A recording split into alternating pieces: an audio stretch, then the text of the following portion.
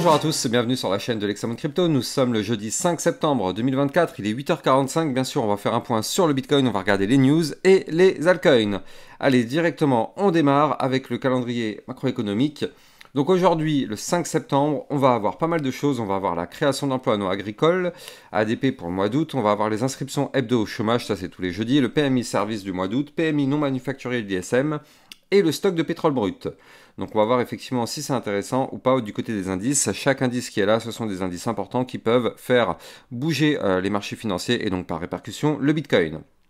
Et puis demain, on va avoir aussi d'autres indices, on verra ça bien évidemment demain matin. Donc soyons extrêmement prudents. Aujourd'hui, demain, risque de chamboulement du côté des marchés. Allez, on va regarder les news. Alors déjà, donc on commence avec une vidéo qui a été faite dans le Club XRocket sur la crypto HNT pour tous ceux qui sont intéressés. C'est une crypto que je suis très régulièrement dans le Club XRocket, donc effectivement, il y avait des patterns intéressants. Allez.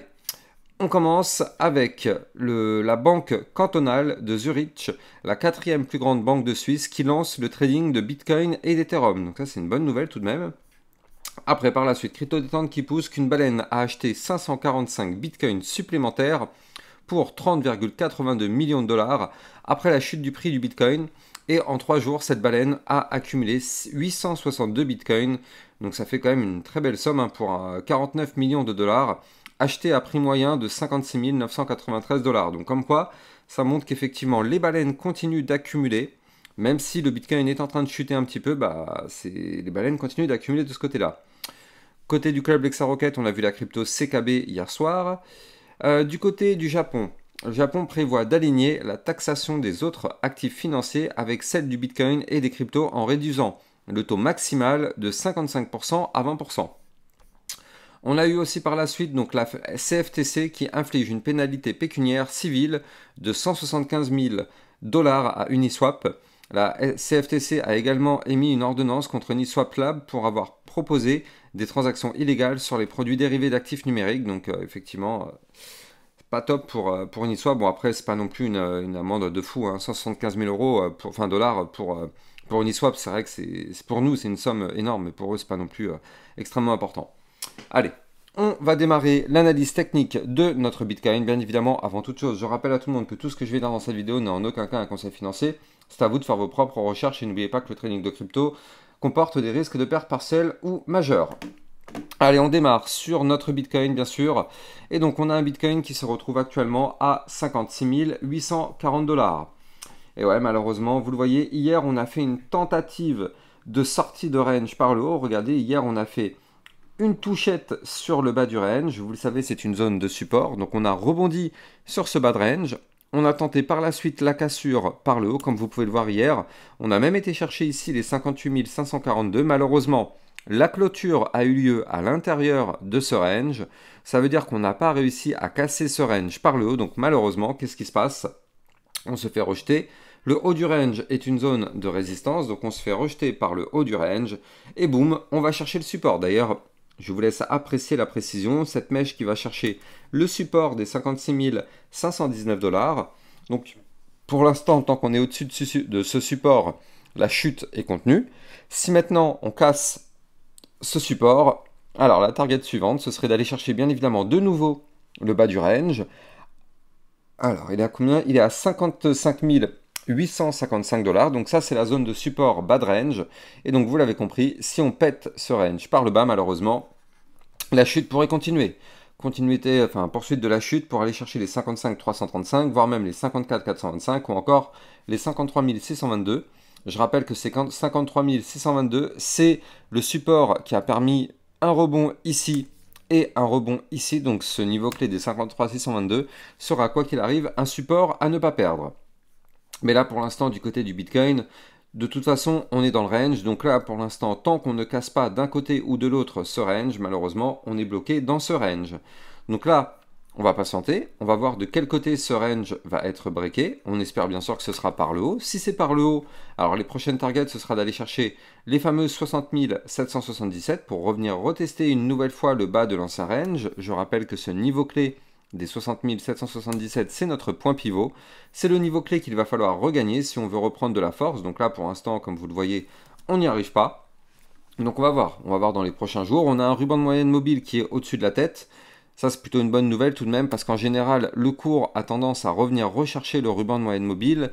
Donc là, bon, si on continue de chuter, malheureusement, le ruban va chuter aussi. Donc c'est pour ça que ce serait bien d'aller retourner chercher ce ruban de moyenne mobile rapidement. Parce que si on continue de chuter, bah, le ruban va continuer de chuter avec lui. Donc le Bitcoin pourrait aller chercher effectivement ce ruban. Mais si on chute et que le ruban est plus bas, c'est pas forcément intéressant. Donc là, c'est pour ça que il faut absolument réussir à rebondir sur un de ces supports et casser le petit range ici par le haut. Donc je redonne le niveau clé, 58 288 $. Et si on break ce niveau clé, alors oui, un retour aux 60 777 pourrait être envisageable. Maintenant, si je me mets en vue 4 heures, on est toujours malheureusement, comme vous pouvez le voir, dans ce canal baissier. Alors je le prolonge un petit peu, ce canal, voilà. Donc on est toujours dans ce canal baissier. Donc pour l'instant, la configuration est et reste baissière. Tant qu'on est dans ce canal baissier, vous le voyez, quand on est en bas, on va chercher le haut. Quand on est en haut, on va chercher le bas, et ainsi de suite. En faisant des points hauts de plus en plus bas et des points bas de plus en plus bas. Ce qui signifie que pour l'instant, la configuration reste baissière. Et tant qu'on ne casse pas ce canal descendant par le haut, il n'y aura pas de configuration haussière. Donc là, attention, si on casse effectivement le support que je vous avais donné tout à l'heure, les fameux 56 519 $, on risque d'aller chercher le bas du canal descendant, qui se trouve quant à lui ici sur le support des 55 906. Si on casse ce canal descendant par le bas, préparons-nous à une nouvelle chute pour aller chercher justement les zones de support que je vous avais données tout à l'heure. Maintenant, bien sûr, ce bas du canal est une zone de support, donc on peut aussi très bien imaginer un rebond dessus. Maintenant, là, si on veut reprendre de la force, il va falloir qu'on valide un pattern en double bottom, quelque chose comme ceci, vous le voyez.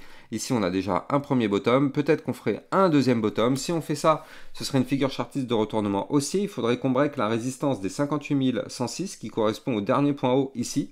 Et là, ça nous permettrait effectivement de reprendre de la force. Donc moi, je me suis mis une petite alerte. Tant qu'on ne break pas le niveau clé que je viens de vous donner, effectivement, pour l'instant, on risque de rester dans cette configuration baissière. De toute façon, faut pas se leurrer, hein, tant qu'on est dans ce canal, même si on va chercher le haut du canal comme ça a été le cas une fois ici et une fois ici, malheureusement, on se fait rejeter par le haut du canal, donc on continue la chute. Donc là, même si on va chercher le haut du canal, si on n'arrive pas à casser ce canal par le haut, malheureusement, on n'est pas tiré d'affaire.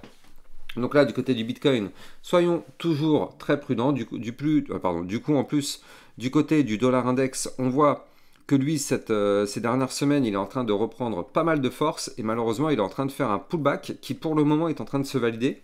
C'est-à-dire que là, du côté du dollar index, regardez ça, il avait cassé son range par le bas ici. Donc dans la semaine du 19 août, il avait cassé son range par le bas.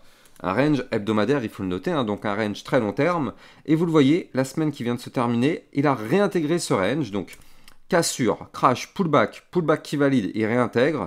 Et vu qu'on réintègre, on vient retester la réintégration. Donc là, vous le voyez, on est de nouveau posé sur le bas du range à 101,219. Si malheureusement ce bas de range tient du côté du dollar index, le dollar risque de rebondir sur ce bas de range et reprendre de la force tout en entraînant une chute du Bitcoin. Donc soyons extrêmement prudents et gardons bien en tête ce dollar index qui pourrait nous faire très très mal. Allez, on va regarder bien sûr les altcoins. Avant ça, je rappelle que pour recevoir toutes les news, toutes les actualités, vous pouvez rejoindre mon Twitter. Vous avez le lien en description de cette vidéo. Et pour recevoir encore plus de vidéos que ce que vous pouvez avoir sur YouTube, n'hésitez pas. Vous avez le club LexaRocket pour recevoir des crypto-pépites et des cryptos que vous aimez. Donc ça, vous avez bien évidemment le lien en description de cette vidéo. Allez, on va checker le Solana. Où est notre Solana? Il est là. Donc là, on a un Solana qui, pour le moment, n'arrive pas. Donc pour l'instant, ça va. Il a quand même réussi à protéger son bas du range, mais il n'arrive pas réellement à se relancer. Vous le voyez ici, hier, le bas du range a parfaitement tenu. On a même eu d'ailleurs un joli rebond dessus. Donc là, le Solana, pour l'instant, tant qu'on est au-dessus du bas du range à 126, tout va bien. Si on casse ce niveau par le bas, attention, préparons-nous à un crash. Je vous avais déjà donné les targets. Maintenant, vu que là, on a repris de la force, on pourrait aller chercher la résistance des 135. Vous la voyez, elle est là, la résistance. Si on casse cette résistance par le haut, alors bien sûr, le Solana pourrait poursuivre sa hausse pour aller chercher les 143 puis les 148. Donc on va voir si on arrive bien sûr à casser cette résistance par le haut ou bien si malheureusement on se fait rejeter pour aller chercher de nouveau le bas du range. De toute façon, tout suit le Bitcoin, hein, comme d'hab, vous le savez, si le Bitcoin chute, tout le marché crypto chute avec lui. D'ailleurs, je rappelle que si vous voulez trader ces crypto-monnaies, vous pouvez utiliser mon lien de parrainage Binance que vous allez trouver en description de cette vidéo, qui vous permet de trader sur une plateforme enregistrée PSAN auprès de l'AMF. Donc il n'y a pas de risque de fermeture ou de blocage comme ça a été malheureusement le cas pour Bybit. Alors, l'Ethereum, qu'est-ce qu'il nous fait? Eh bien, l'Ethereum, lui, malheureusement, vous le voyez, hein, il n'arrive pas à regagner son range. Je vous l'avais dit, hein, malheureusement, l'Ethereum, tant qu'on est en dessous des 2555 $ ici, faut pas espérer quoi que ce soit. Donc là, on est toujours en dessous, donc pour l'instant, on n'espère rien du tout. Maintenant, ce qui est bien, c'est que le support des 2343 $, celui que je vous avais donné hier, pour l'instant, on le voit, il a parfaitement tenu. Donc, tant qu'on est au-dessus de ce support, tout va bien. Maintenant, il faut trouver un rebond sur le support et cette fois-ci reprendre de la force, revenir rechercher les 2555 $. Et si on réintègre l'ancien range par le bas, le but serait d'aller chercher le haut du range à 2723 $, puis pourquoi pas le casser par le haut et reprendre de la force. Donc là, du côté de l'Ethereum, bon, on est au-dessus du support, faut surtout pas le perdre. D'ailleurs, si on perd les 2343 $, je rappelle que par la même occasion, on casserait le dernier point bas, donc double signal de vente, donc il faudra se préparer à ça, parce que là, si on casse ces niveaux clés, aïe aïe, ça pourrait faire très mal pour aller chercher les 2146 ou encore les 2056. J'espère que vous avez kiffé la vidéo, n'oubliez pas de vous abonner si ce n'est pas déjà le cas, likez, commentez, partagez, ça participe grandement au référencement de ma chaîne YouTube et ça me donne de la force. Je vous souhaite de passer une excellente journée, je vous dis à plus tard, ciao ciao.